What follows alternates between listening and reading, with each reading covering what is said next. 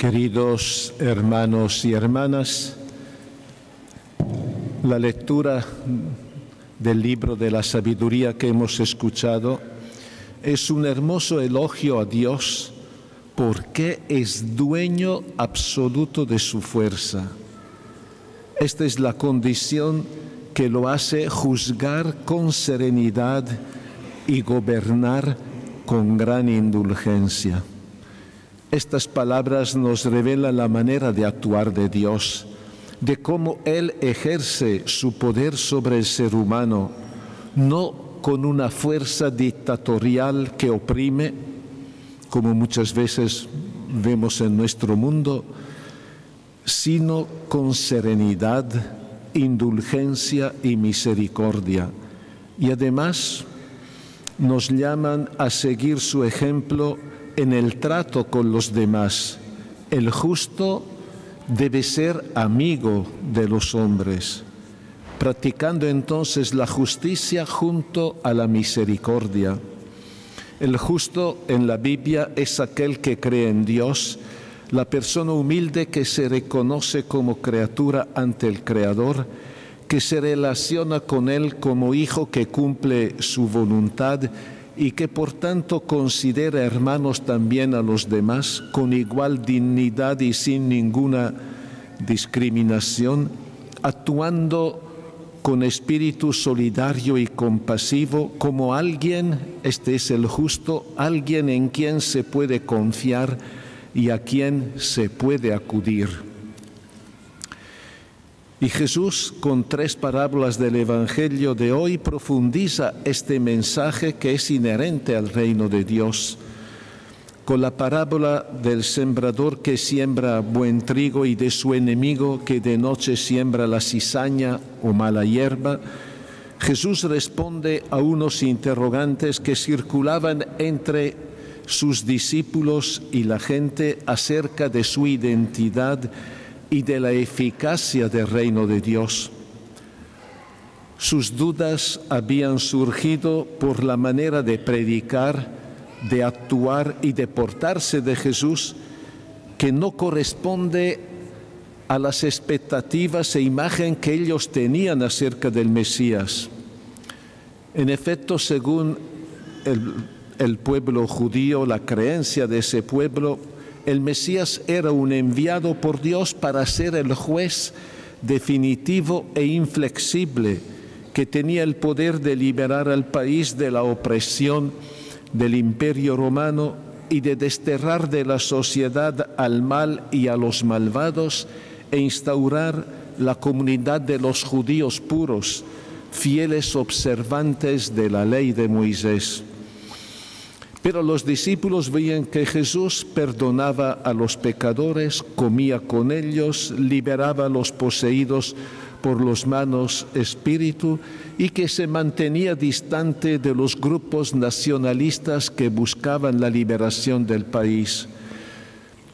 Por eso, para aclarar su manera de pensar y actuar a la gente que lo escucha, Jesús recurre a la parábola del dueño del campo y de sus peones ante el problema de la infestación de la cizaña.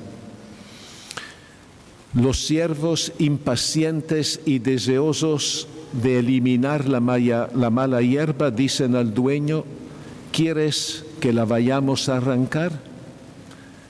El dueño, paciente y sabio, contesta: no, porque al arrancar la cizaña corren el peligro también de arrancar el trigo.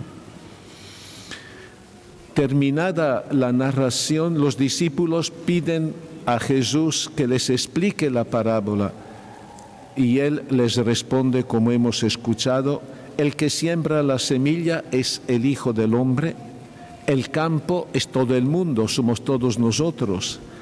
La buena semilla son los hijos del reino, las personas que entran en la lógica de Dios, mientras que las cizañas son los hijos del maligno y este enemigo es el diablo.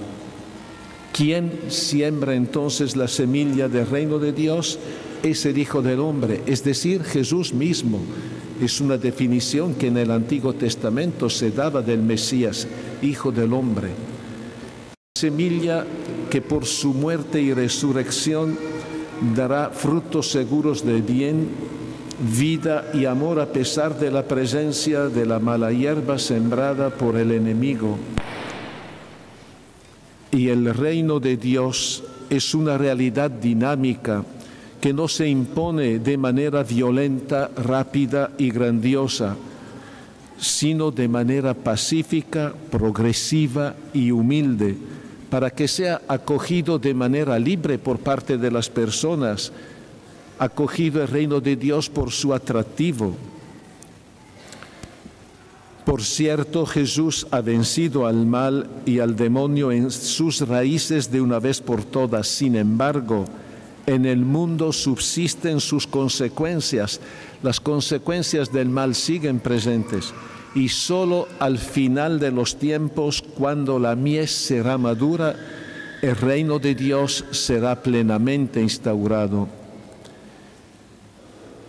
También nuestra mirada y nuestro pensamiento, marcados por la lógica humana de conseguir todo y ahora, nos hacen caer a veces en la tentación de juzgar y condenar a los demás, añorando una intervención de Dios que haga justicia con una posición firme y sin medio términos, los buenos de un lado y los malos del otro. ¿Cuántas veces tenemos esa tentación? ¿Por qué no interviene Dios ante el mal? Este es un pensamiento muy peligroso que nos lleva a ser opresores en vez que liberadores. Nos descubre faltos de misericordia con los que se equivocan. Además, esta actitud denota que no tenemos la virtud de la paciencia. Por eso, la indefinición y los tiempos largos nos provocan inquietud y miedo porque nos parece que el bien no logre abrirse camino, mientras que el mal parece desbordarse de manera prepotente. Y a esta visión contribuyen hoy de manera especial los medios de comunicación y las redes sociales que presentan al mal, la violencia y las desgracias con sensacionalismo y morbosidad, mientras que pasa inobservado el bien que brota cada día en el mundo y que es mucho, pero no se lo visibiliza. Con esta parábola Jesús nos deja una enseñanza novedosa que nos colma de asombro y esperanza. ¿Por qué? Nos revela que Dios pone su confianza en nosotros, pobres criaturas. Estamos acostumbrados a decir pongamos nuestra confianza en Dios, y ahora Dios pone su confianza en nosotros, dispuesto a esperar para que maduremos y demos frutos de bien, conforme a la buena semilla que Jesús ha sembrado en la humanidad. Ahora comprendemos mejor que tú, Señor, eres bueno y misericordioso, lento a la cólera y rico en amor, como dice el Salmo responsorial, y que manifiestas tu poder y omnipotencia en juzgar con bondad, en gobernarnos con indulgencia y en esperar con paciencia nuestro arrepentimiento y conversión.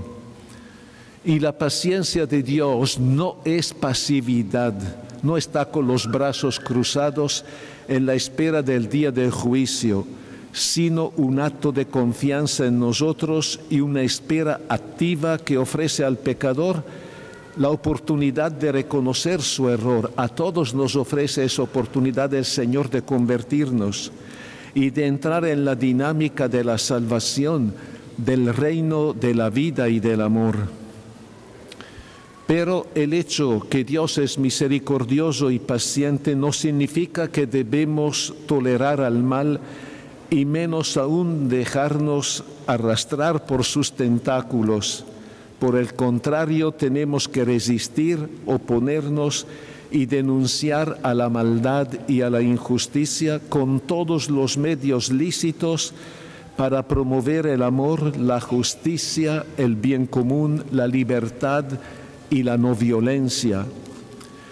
Luchar en contra del pecado, pero practicar la misericordia con el pecador, porque esta es la manera de actuar de Jesús según el mismo ser y voluntad del Padre de la misericordia.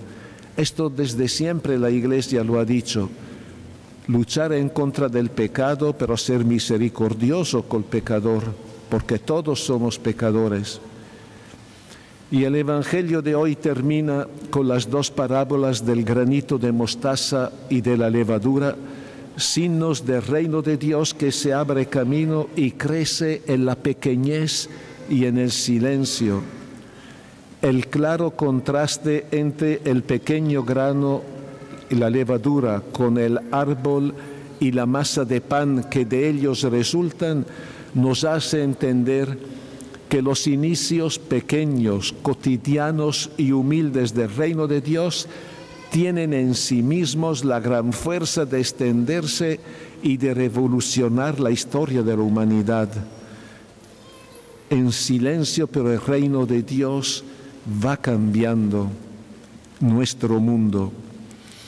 Y las parábolas nos invitan a recorrer el camino de la paciencia laboriosa y optimista de Dios con su actuación misteriosa, paciente y escondida que lleva a la vida, y dejar el engaño seductor del demonio que lleva a la muerte.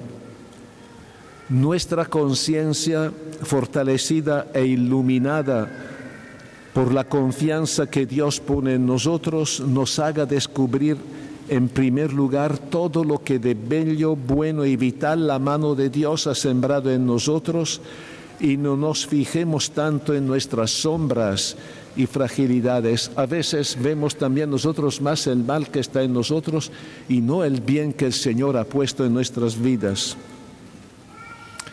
Por eso el mensaje de Jesús hoy nos llena de alegría y esperanza, porque nos confirma que nosotros hemos sido creados a imagen del Dios de la luz y no a imagen de las tinieblas del enemigo, y que somos la masa que va madurando y la pequeña semilla que va creciendo con los talentos, los dones y las fuerzas de bondad, generosidad y ternura que Él ha sembrado en el campo de nuestra vida, en nuestro corazón. Oh Dios, agradecidos de que tú confías en nosotros, también nosotros te decimos que confiamos en ti y nos ponemos en tus manos. Tú que eres compasivo y bondadoso, rico en misericordia y fidelidad, y vuelve hacia nosotros tu rostro y ten piedad de nosotros. Amén.